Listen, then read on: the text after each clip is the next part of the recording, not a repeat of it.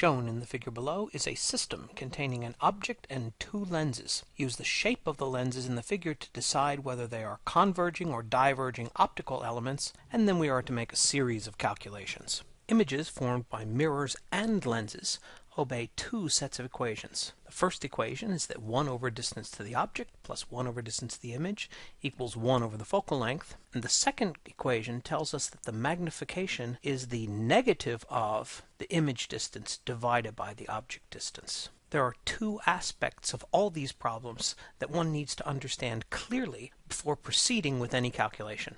The first aspect regards the signs. Each quantity in the above equations can have a circumstance in which it is positive and also a circumstance in which it is negative. We are going to formulate this table as a series of columns. The left-hand column will tell us the condition under which the quantity is positive, and the right-hand column will be the opposite of that, the condition under which the quantity is negative. Although every book in print does give you the correct sign convention for any quantity, these books do so in often very confusing ways, even to the point that they claim that the laws are different for lenses as compared to mirrors. This is ridiculous.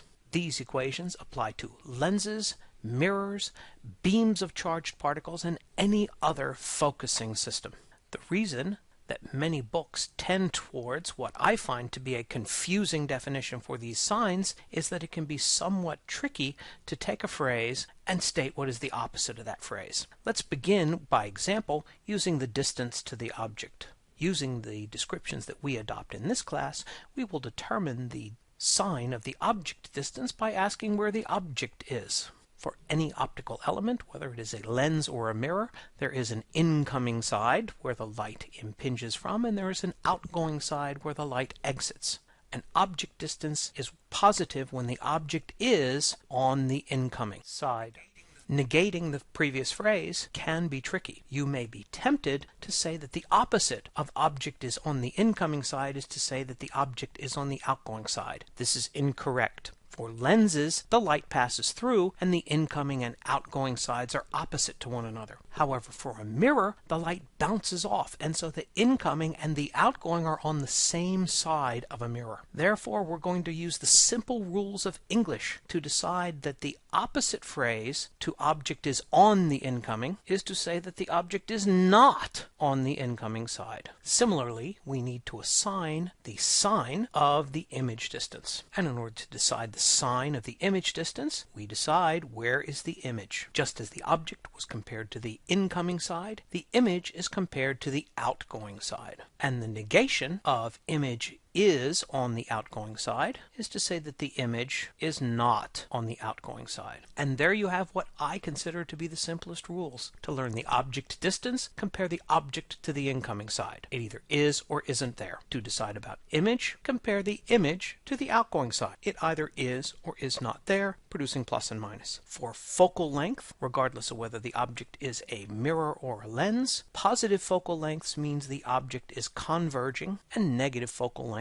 mean the object is diverging. The last quantity whose sign we wish to understand is the magnification. Magnification is positive when the image is right side up, and magnification is negative when the image is inverted. Finally, to round out the table, we need to define two additional terms. These terms are real image and virtual image. And just as you might imagine, when we decide whether an image is real or virtual, we look at the distance to the image and none of the other quantities. The image is real every time that the distance to the image is positive, and the image is virtual every time the distance to the image is negative. We can understand this distinction by recognizing that a real image is located where the light actually is, and on every optical element, regardless of whether it is a lens, a mirror, or anything else, the outgoing light is on the outgoing side, which is why the image is real when it's on the outgoing side, and why the image is virtual when it isn't on the outgoing side. And this table completes our list of signs of all quantities. Finally, there's one other convention that we have to understand in detail in order to get lens problems correct, and that is to understand that the two quantities, distance object and distance image, are measured from the lens or mirror. This problem will provide an excellent opportunity to exercise this last principle, but to understand it a little more clearly, we can simply look at the figure itself in more detail. In the figures, we see that there are two lenses. We could imagine these as called lens 1 and lens 2. These two lenses are separated by 20 centimeters. That means, given the location of anything, its distances as measured to lens 1 are going to be 20 centimeters different than its distances as measured with respect to lens 2. And when we are applying the lens equation, we will be either doing so from the perspective of lens 1 or from the perspective of lens 2, and never both of them simultaneously, but rather sequentially. So let's go ahead and begin our calculation. Find the image and magnification of the first lens, assuming that this is the only lens that exists, and specify the image location as some number of centimeters to the left or to the right of the lens. Because we're finding the location of the image and the magnification, we'll exercise both of our two equations. The first one of these equations is shown here, and because we have two lenses, we're going to be careful with our notation, and we're going to label distance object 1, focal length 1, distance image 1 as our three unknowns. Distance object 1 is simply the 30 centimeters from the figure, and in order to understand whether this is positive or negative, we need to go back to the figure and label the lens in terms of which side the light comes in and which side the light goes out on. We can see that since the light is traveling from left to right, for the first lens, in is to the left and out is to the right, and for the second lens, since the light will subsequently pass through there, in is to the left of that lens and to the right of it is out. Next, we'll figure out the focal length of lens number 1. We see that the absolute value of that focal length is 15 centimeters, and we're to use the shape to decide whether this is positive or negative. Because we see that this is a converging element, the focal length is positive. The image distance is what we're trying to find, and so we summarize that the object distance is positive 30 centimeters because the object is on the incoming side of the lens. The focal length is positive 15 centimeters because it is a converging lens, and we don't yet know the image distance. After we calculate it, we'll figure out whether it is positive or negative. That will tell us both which side of the lens it's on and whether this particular image would be considered real or virtual. Plugging into the numbers into the lens equation, we see that this equation has been set up for simple calculations, yielding an image distance from lens 1 of positive 30 centimeter. Let's go back for a moment to the original figure and make a dot where this is located. Positive 30 centimeters means 30 centimeters on the outgoing side of lens 1. We've labeled that the outgoing side of lens 1 is to the right, and therefore the image from just lens 1 alone is 30 centimeters to the right of that lens. We notice that the second lens is only 20 centimeters over, and so we're going to put a dot for the time being right there to indicate where the base of the arrow will be. Next, by determining the magnification, we'll be able to decide whether to point the arrow upwards or downwards. Magnification number 1 is going to be equal to the negative of the image distance of lens 1 divided by the object distance of lens 1, and this is going to be negative 30 over 30, or negative 1. Because the magnification is 1, the image is not larger nor smaller than the original object. It's the same size, but because it's negative, it has been inverted, and since the original arrow was pointed up, this is now a downward pointed arrow. In part B of the problem, we are to treat the image from the first lens as the object for the second lens. This is where we must be careful regarding the sentence that object and image distances are measured from the lens or mirror in question. Indeed, the image distance, number 1, was 30 centimeters to the right of lens 1. However, because lens 1 and lens 2 are not located at the same place, the distance from that image to lens number 2 is only 10 centimeters. Therefore, when we examine distance object 2, that is going to be 10 centimeters. Furthermore, looking very carefully and remembering the rules for object distances, this blue arrow is not on the incoming side of the second lens. Therefore, our distance object 2 is going to be negative 10 centimeter. we'll use that information as well as the recognition that the second lens is a diverging element to calculate the final image of the system. In addition to recognizing that distance object 2 is negative 10 centimeters, we recognize that focal length 2, it's an absolute value of 20 centimeters, but since it's a diverging element, we have a negative 20, and then distance image 2 is as yet unknown. Plugging these into the lens equation, we'll be able to solve for distance image 2, and once again the numbers have been rigged to turn out very round because distance image 2 is going to turn out to be 20 centimeters, and it's positive. What this means is that the image of the second lens is 20 centimeters away from that lens on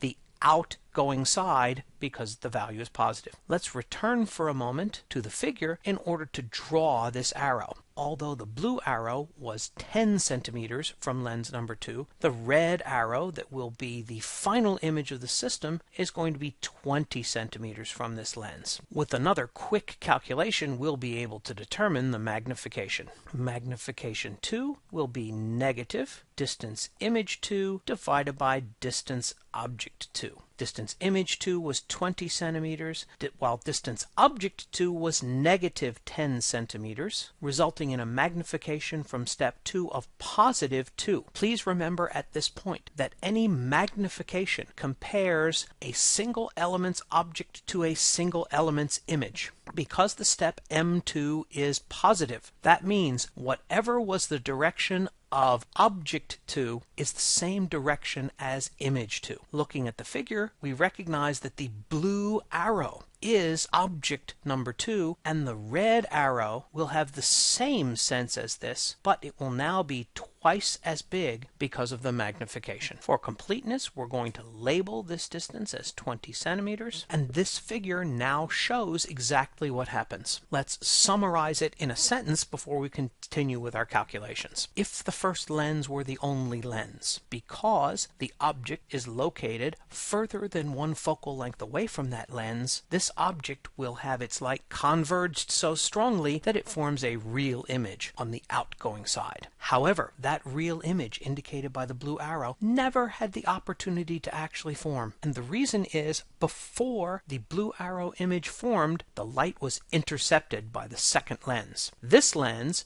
diverged the light ever so slightly, so that what it resulted in was not the light diverging overall, but the fact that it didn't converge 10 centimeters to the right of the second lens, but instead it converged 20 centimeters to the right of the second lens. And this has given us an overall magnified image. In parts C and D, we'll complete our calculation overall. Part C asks us to calculate the total magnification, and we recognize that magnification is a multiplicative factor. Therefore, in order to find the total magnification, we must multiply all the preceding magnifications. So this means that M1 times M2 gives us the correct result. M1 was a negative 1, inverted but not changed in size. M2 was a positive 2, meaning that there is not a second inversion, but there is an enlargement, so that the overall magnification is negative 2, so that overall the final image as compared to the object is twice as big, but upside down. In the last step in this problem, we are to make 3 selections. The first one is whether this is a real or a virtual image. To determine whether something is a real or a virtual image, we always look to an image distance, and the image distance we choose is the last image distance, or in this particular problem, we're going to look at image distance 2. We recognize that image distance 2 is positive, meaning that that image was on the outgoing side of the lens, meaning that that image was real. In order to define enlarged or right side up and upside down, we always look at the total magnification. The total magnification has an absolute value that is bigger than 1. That means that the final image is enlarged as compared to the original object, but because the total magnification has a minus sign, the final image is upside down. So the net result of our 2-lens system is to produce a real, enlarged, upside down image after the second of the 2 lenses. More importantly than the particulars of the problem at hand is to have gained an understanding of how to determine the sign, plus or minus, of any quantity that goes in these lens equations, and also to understand the principle by which image and object distances are measured. They are always measured from the lens or mirror in question, meaning that as you move from one to the other, you're going to have to make an adjustment depending upon the distance between the two.